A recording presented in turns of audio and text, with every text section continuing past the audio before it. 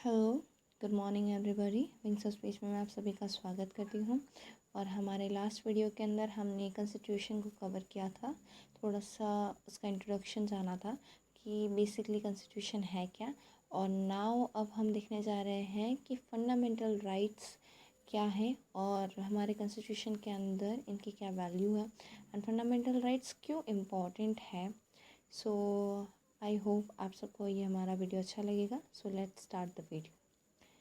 Fundamental rights क्यों important है, किस लिए इम्पॉर्टेंट है, ये हमने पता किया। So fundamental rights are referred as the conscience of the Indian constitution. अब यहाँ पे आप वर्ड सुन रहे होंगे कंसाइन, मतलब इसका मतलब है बुद्धि, दिमाग, नॉलेज। मीन्स जो हमारे फंडामेंटल राइट्स है ना, वो हमारे इंडियन कॉन्स्टिट्यूशन की बुद्धि है, उसका नॉलेज है कि हमारा इंडियन कॉन्स्टिट्यूशन बेसिकली क्या बताना क्या चाहता है, उसके बेसिक रूल्स क्या है। बेसिक रूल्स से हम लोग यहाँ पे फंडामेंटल राइट्स को कंसिडर करते हैं। और यहाँ पे अब हम देखेंगे कि हमारे कॉन्स्टिट्यूशन के अंदर फंडामेंटल राइट्स को लाने की ज़रूरत क्या थी। So earlier from the past experience of the colonial rules, जब ब्रिटिशर्स यहाँ पर थे तो वो लोग कैसे हम पे रूल कर रहे थे, कैसे वो लोग हम हमारे इंडिया में आके हम पे ही रूल कर रहे थे।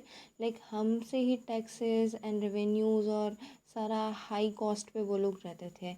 ठीक है, क्योंकि उनकी सरकार थी, उनकी गवर्नमेंट थी, तो कोई कुछ बोल भी नहीं सकता था। सो हमें उनकी बात माननी पड़ती थी। तो हमने हमारे पास्ट को, जो हमारे कॉन्स्टिट्यूशन मेकर थे, उन्होंने हमारे पास्ट को देखा कि जैसे कॉलोनियल टाइम पे रूल्स रेगुलेशंस की वजह से इंडियन पीपल्स को कितना सफ़र करना पड़ा। तो उसके आधार पे हमारे जो कॉन्स्टिट्यूशन मेकर थे, उन्होंने फंडामेंटल राइट्स को हमारे कॉन्स्टिट्यूशन के अंदर ऐड किया। Constitution makers wanted to ensure a set of written rights that could guard against the misuse of the state। अब यहाँ पे स्टेट का मतलब अकेला एक स्टेट नहीं, गुजरात या राजस्थान या कोई वैसा स्टेट नहीं। यहाँ पे स्टेट कंसिडर हो रहा है एज अ कंट्री। कभी भी अगर स्टेट को कंसिडर कर रहे हैं तो यहाँ पे हम बात करते हैं एज अ कंट्री की। ठीक है, तो हमारे जो कॉन्स्टिट्यूशन मेकर्स थे, उन्होंने ऐसा चाहा कि हम लोग रूल्स तो कॉन्स्टिट्यूशन तो बना ही रहे हैं, राइट्स भी हैं, लेकिन हम लोग उन्हें रिटर्न करते हैं, लिखते हैं कहीं पे, तो क्या होगा, वो लिखा हुआ हमें प्रोटेक्ट करेगा।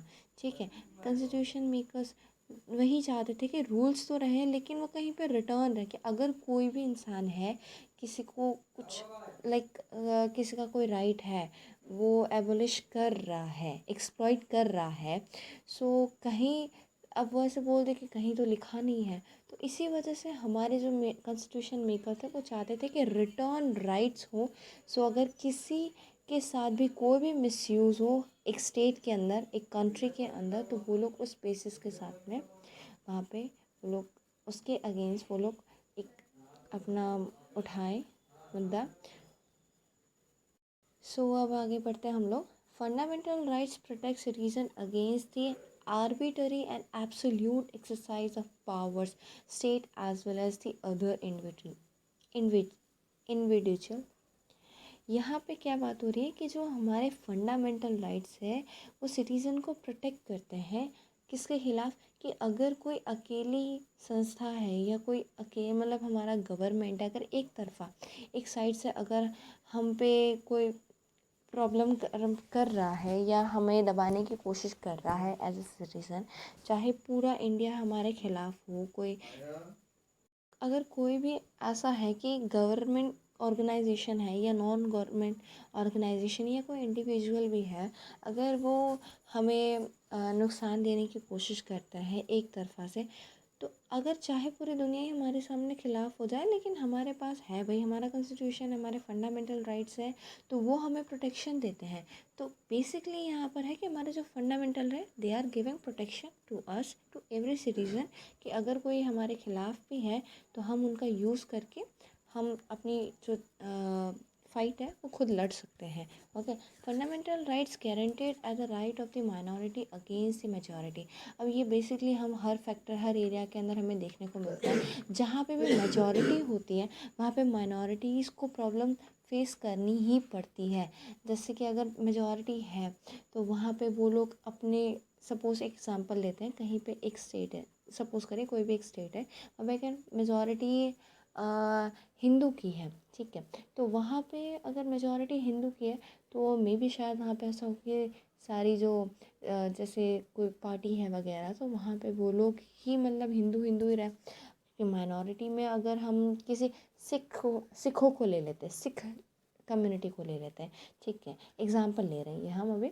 तो अगर मेजॉरिटी अगर वो चाहेगी ही नहीं कि भाई माइनॉरिटी भी उनके साथ आए, तो वो तो आएगी ही नहीं। लेकिन हाँ, अगर हम अपना फंडामेंटल राइट यूज़ करते हैं, हम अपना कॉन्स्टिट्यूशन यूज़ करते हैं, तो हम उस बेसिस के साथ में हम उनके साथ में आ सकते हैं। या अदरवाइज़ ये सेकेंड एग्जांपल लेते हैं कि अगर कोई मेजॉरिटी है, अगर हमारे साथ में कोई किसी माइनॉरिटी कम्युनिटी के साथ में कुछ गलत करती है, मिसबिहेव करती है या उनका मिसयूज़ करती है, तो हम उनके अगेंस्ट में एज एन हमारे फंडामेंटल के हिसाब से हम उनके खिलाफ़ एक्ट कर सकते हैं, हम उनके खिलाफ़ केस कर सकते हैं, हम उनके खिलाफ़ अपना जो पॉइंट है वो कोर्ट तक भी ले जा सकते हैं, और उनके खिलाफ़ हम लोग एक केस फाइल भी कर सकते हैं कि हमारे फंडामेंटल राइट्स ने हमें ये राइट्स दिए हैं कि हमें कोई हर्ट नहीं कर सकता है, हमें कोई नीचा भी नहीं दिखा सकता है, चाहे वो मेजॉरिटी हो, चाहे वो गवर्नमेंट हो, चाहे कोई भी हो।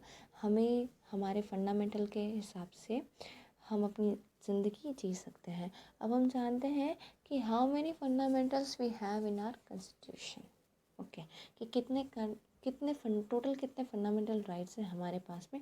Fundamental right basically basic rights होते हैं जो हर इंडियन सिटीज़न के पास होने ही चाहिए, और एक्चुअली इनकी वजह से जो बहुत छोटी छोटी सी प्रॉब्लम है, कभी कभार मेजर प्रॉब्लम्स है, वो सॉल्व हो जाती है।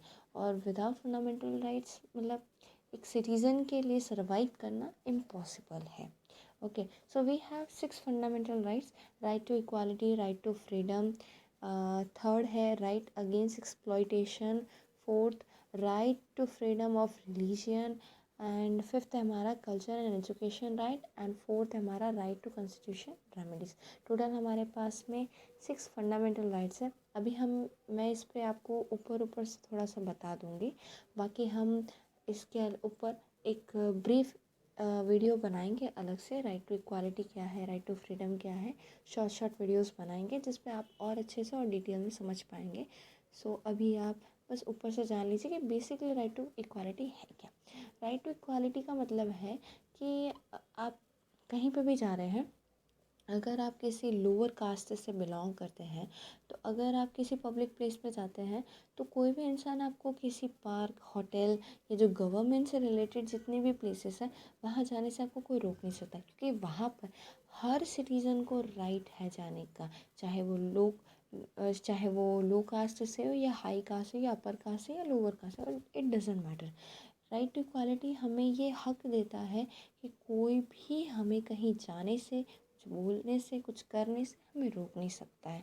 हमारे पास भी इक्वालिटी है, हमारे पास भी वो अधिकार है कि हम भी जा सकते हैं, और हम भी सारे जितने भी गवर्नमेंट के पार्क हैं या होटल्स हैं, जो भी गवर्नमेंट प्लेसेस हैं, वहाँ पे जाके हम लोग भी इंजॉय कर सकते हैं। राइट टू फ्रीडम, अब राइट टू फ्रीडम हमें ये कि हमें कहीं पे भी जाना है, अगर राइट टू फ्रीडम हमें ये राइट देता है कि रात के चाहे मतलब रात के तो चाहे ऐसे नहीं, इस तरह से यूज़ नहीं कर सकते इस राइट को कि अगर हम चाहे रात के 2 बजे छत पे चले गए और गाने बजा रहे हैं, तो ये तो हम अपना राइट टू फ्रीडम का यूज़ कर रहे हैं, लेकिन हमारे गाने चलाने की वजह से दूसरों को भी नुकसान हो रहा है।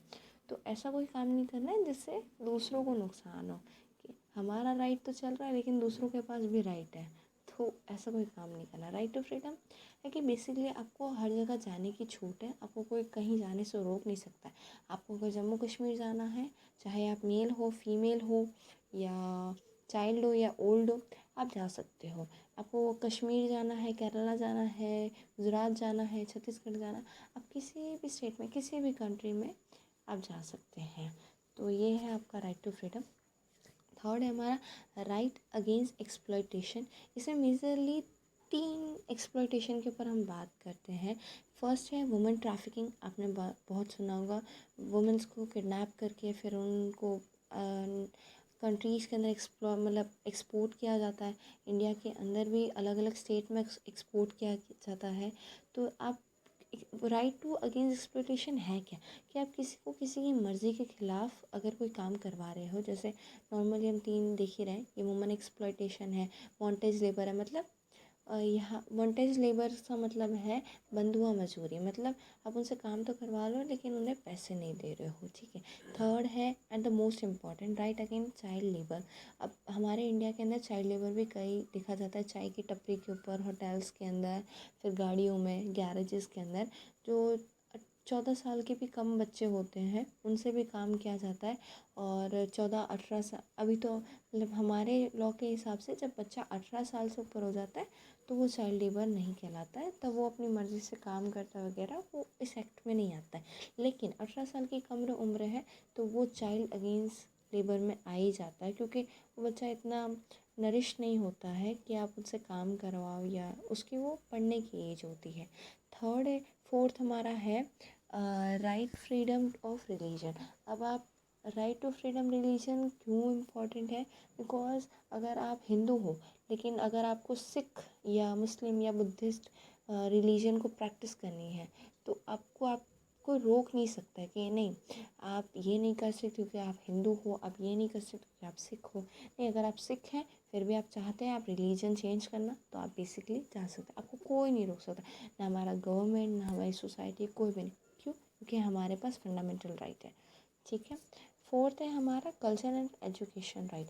अब कल्चरल एंड एजुकेशन राइट क्यों इम्पॉर्टेंट है, बिकॉज कहीं कहीं जगह पे देखने को मिलता है जैसे माइनॉरिटी कम्युनिटीज़ होती हैं, सो वहाँ पे बहुत क्रिटिसाइज़ किया जाता है उनके कल्चर और एजुकेशन राइट को। सो जैसे हम एग्ज़ाम्पल लेते हैं, मुस्लिम कम्युनिटी है, सो वहाँ पे उनका मदरसा होता है, वहाँ पे मौलाना साहब होते हैं और बाकी बच्चे होते हैं। तो अब वहाँ पे अगर कोई पर्सन है कि आप ये नहीं कर सकते, आप वो नहीं कर सकते, क्यों? आपका हर बंदे का कल्चर अपना अपना अलग अलग होता है। सो ये इम्पॉर्टेंट है कि वो जो उनका रिलीजन है उस हिसाब से वो लोग प्रैक्टिस करें, तो कोई उन्हें रोक नहीं सकता। क्यों? क्योंकि हमारे पास फंडामेंटल राइट्स हैं, okay. And the last, the most important fundamental, that is right to constitutional remedies। ये सबसे इम्पॉर्टेंट हमारा राइट है, because right to constitution remedies हमें ये इंश्योर करता है कि हमारे इन पांचों, right to equality, right to freedom, right to against exploitation, right to freedom of religion and the culture and education right, अगर इन पांचों में से कुछ भी एक्सप्लॉइट होता है, कोई भी इस ऑब्लिस होता है हमारा कोई भी राय, तो हम राइट टू कॉन्स्टिट्यूशन रेमेडीज़ के साथ में हम अपने लिए लड़ सकते हैं, फाइट कर सकते हैं कि हमारा ये राइट किसी ने गलत, लाइक ये इस राइट के हिसाब से हमें जस्टिस चाहिए, ये चाहिए, तो हम कोर्ट में भी जा सकते हैं, केस फाइल भी कर सकते हैं। So this are the 6 and important fundamental rights. So I hope आप लोग को वीडियो अच्छा लगा होगा और ये बहुत इन्फॉर्मेटिव है, not even for this UPSC and SSC examination, but हाँ ये हमारे क्लास 8th का भी चैप्टर है द कॉन्स्टिट्यूशन, उसका भी एक बहुत इम्पॉर्टेंट टॉपिक है जो आज हमने कवर किया है। और ये हमें बेसिकली पता होना ही चाहिए, चाहे हम किसी भी स्ट्रीम से हो। ये एक ऐसा टॉपिक है कि कहीं पे भी अगर आप जाते हैं ऑल ओवर दी इंडिया, आपको आपके नैतिक जितने भी राइट्स हैं वो आपको पता होने चाहिए कि हाँ चलो हमारे कॉन्स्टिट्यूशन क्या है, फंडामेंटल राइट्स क्या है।